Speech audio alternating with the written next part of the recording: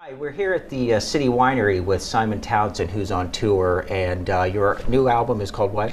Denial. Denial. Yeah. And that just came out April 1st, correct? Yeah. Great. Only a fool would do that. Yeah. Boom, boom. Like I mentioned before, Twitter is effective. I heard about it through the Who's Twitter post. I said, oh boy, right. I got to come up here and check this out. So, Good. now, last year I interviewed Roger Daltrey for his healthcare, as his cancer fund. Are you helping out with that? Teen Cancer America. Yeah, I do a lot with that. Well, I mean, it's not been going too long, but in the UK we have the Teenage Cancer Trust, which has been going for a long, long time, and I've been working with Roger on that for probably 10 years or so. Great. Raised a lot of money, opened up a lot of very important wards, because UCLA was the one he opened, Yeah. and that's what my story is about, was the UCLA one. I think they're working on an East Coast version. Yeah, now. it's just a way of keeping teenagers away from old folk and really young children, because teenagers are such a unique age, and they're going through probably the hardest time of your youth before adulthood, and it's just giving them their own space and treating them separately to kids, if you like.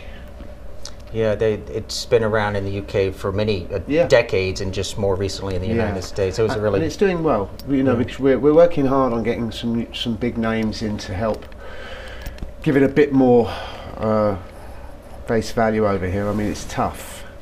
It's tough getting people involved, but we keep trying. We're hoping Dave Grohl will get in. Okay, so I've got a question for you. So there's a nice lyric. One of my favorite lyrics of a Pink Floyd, "The Wall," is, "Does anybody here remember Vera Lynn?" Now that you probably do. Didn't your parents? Well, my mother was big on Vera Lynn.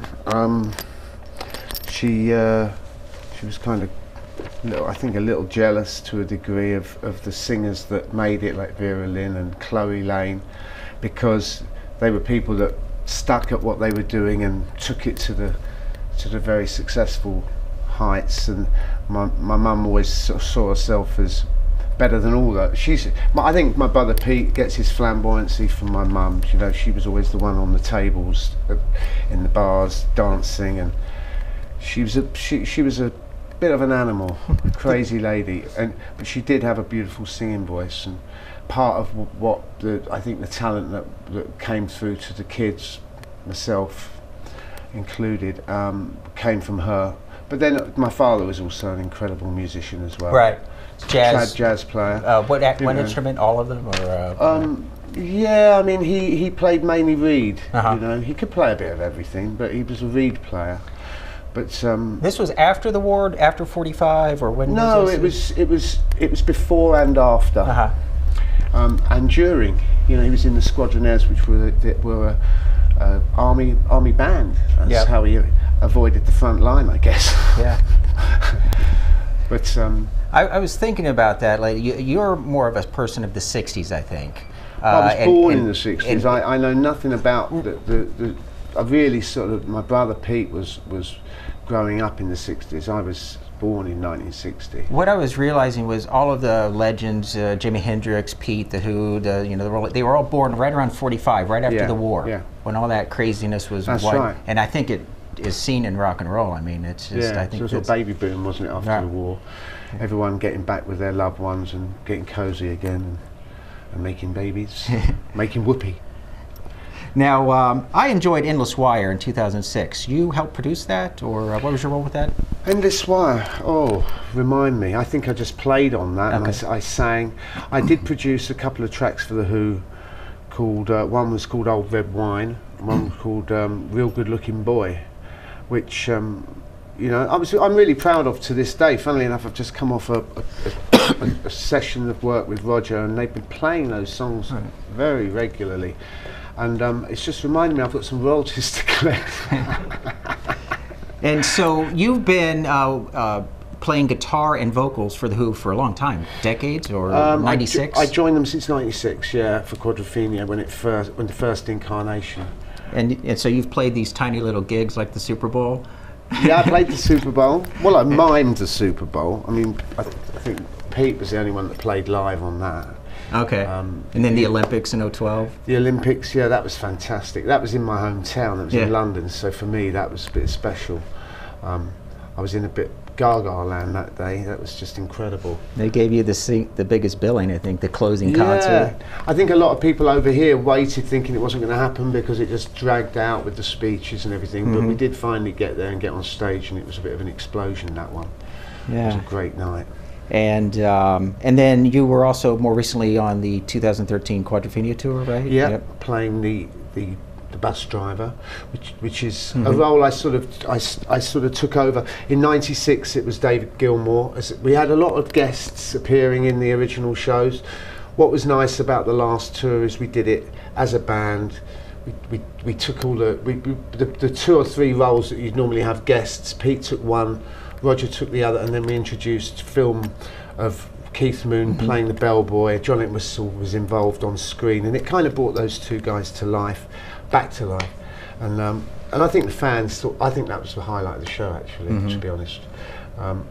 And I personally felt it was a far better show without all the glitz of, you know, we had Gary Glitter. Nothing against any of the stars. You know, Billy Idol was great on the tour.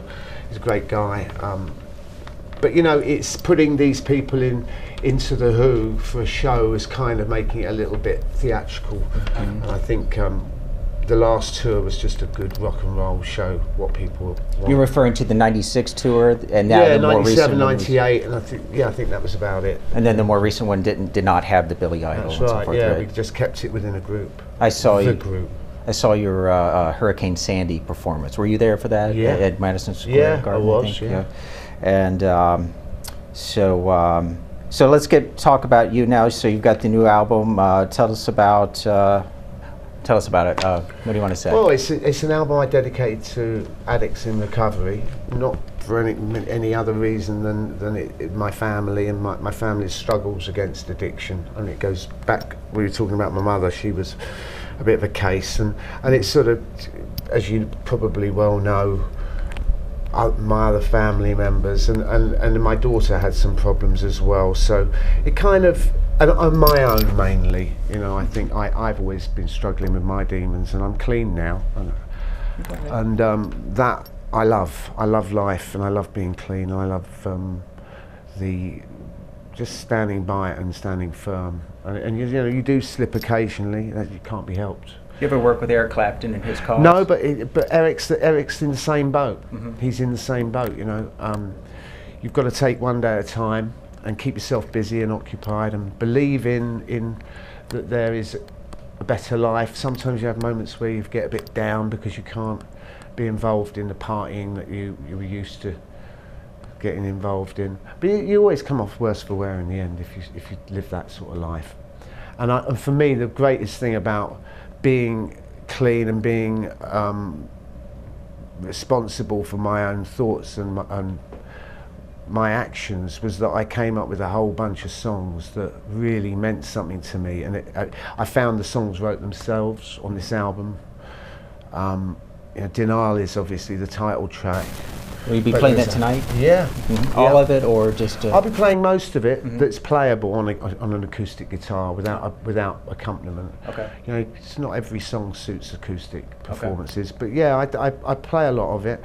My son, one of my sons, I say my son, one of my eldest son, he and his wife had twins. She had them prematurely, and they lost one. So one of the songs was about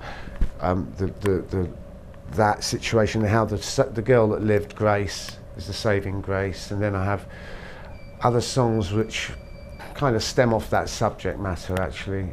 But one that particularly I love is called Also Real, which is where I woke up in a dream looking at a radio, and it was one of my idols singing a constant melody line, and I went off to the toilet, and because I was able to get out of bed and I had the energy to get up, which I wonder how many great songs are wasted in those moments, to be honest, where people just can't get up and motivate themselves to go and actually note it down, have a cup of tea and make some notes, which is kind of what I did. I think of things in the shower, but you can't write it down in the shower. No, but you've got to get straight to it. But it's being in your sleep, it's a case of you really do have to drag yourself up. Where do you live now? London? West London. Okay. Yeah, been there all my life. I live in the house I was born. Is that I right? believe, yeah. Huh. which I love. I love that, but one day on I the think river? I'm going to peel myself away. No, I don't live by the river. Pete does. Oh, I saw an interview with Pete in their recording studios or something like that. We're on the river. Yeah, that's right. On We did a boat, lot of recording there. Yeah. And great. So, what's you mostly playing acoustic these days, or? I play an acoustic 12-string mandolin on this tour. I can play a bunch of instruments, but yeah, I love playing electric. But obviously in this sort of environment, it's not necessary. Acoustic guitar is fine. Great. Anything else? Yeah, website www.simontownshend.com. That's important to get in there. Thank you very much. Pleasure. Cheers.